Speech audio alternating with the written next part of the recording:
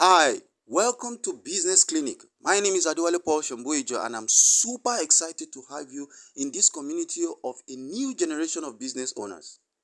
Now, research has shown that entrepreneurs or business owners have a higher divorce rate than non-entrepreneurs. That study was actually carried out in the United States of America. Now, think about that for a moment. Now, if you think about what entrepreneurs do, I always imagine how they even combine you as an entrepreneur, how you combine your personal life and your business goals. If you think about what you do or what they juggle, then that news or that study, the result of that research won't come as a surprise. As an entrepreneur who is married, you want to combine your organizational goals or your business goals in trying to ensure that you meet your target. You want to sell a particular volume to be able to break even. You also want to ensure that you fulfill whatever order that is placed and ensure that everything is intact so that you can meet the specification of your customers. You also want to ensure that you sit down and do a calculation or calculate your revenue versus your expenses. You want to keep an eye on that.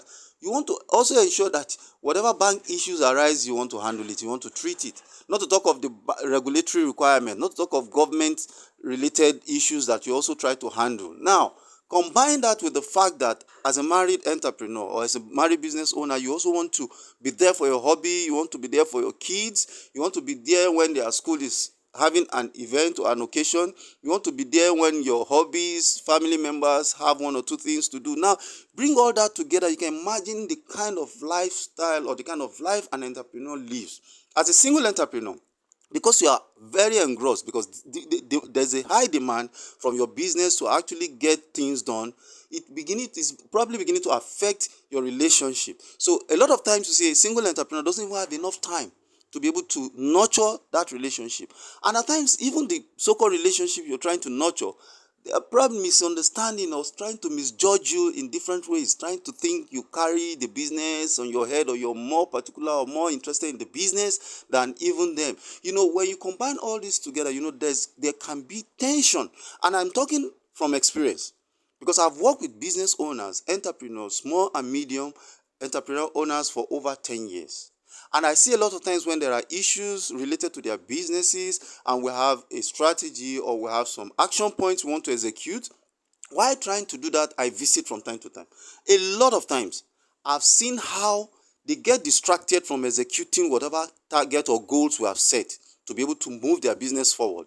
And when I took my time then to try and find out what was the major issues, I've always traced it to emotional related issues, either in their marriage, either with their children, their spouses, or it could be for the single ones, it could be related to their date or their relationship out there or the person they're probably planning to settle down with.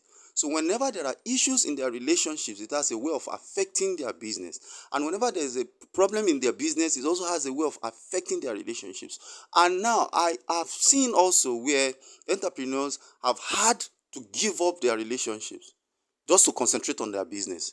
I've also seen where entrepreneurs have had to give up their marriages to focus on their business. Some actually did it ignorantly. Yes, they focused so much on their business, so much that they didn't have enough time to even look at their spouses or their partners, and eventually they lost that relationship or marriage. So that is not what we want for you. That is not the kind of business owners we want, because a lot of times such people end up living up in regret. There's that vacuum, that hole in their hearts where they are celebrating success in business, but deep inside them, there's this regret that is deep seated within them, and that takes away from them, denies them of that complete fulfillment. But here in this community, the kind of new generation of business owners that we're empowering are those who can thrive both in business and in their love life or relationships. And yes, it is possible. You can win in both.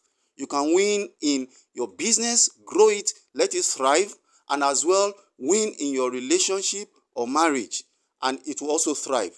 You're going to be learning from experts. You're going to be learning tools. You're going to be learning strategies, concepts that will enable you and empower you to thrive both in business and in your love life.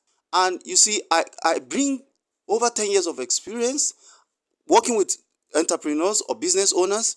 Combine that with the fact that I have worked as a business development analyst, and a product manager for a multinational organization, I will also be working with other experts who will bring together their experiences, all targeted at empowering you to thrive both in business you have and build and run a successful business, and also have a successful love life. So one won't hinder the other. You won't have to get to that point where your love life would demand that you quit your business and you give up your entrepreneurial dream. Neither will you get to a point where your business will begin to frustrate your love life and you have to let go of that and probably later regret it. So this is going to be a win-win for you. I welcome you to Business Clinic once more. Enjoy yourself. Follow all the teachings. Ensure that you not only subscribe but also click on notification so that whenever there's any new content, whenever we drop any idea, any tools, any strategy, you'll be able to get to see it and then get to learn from it. Welcome once more.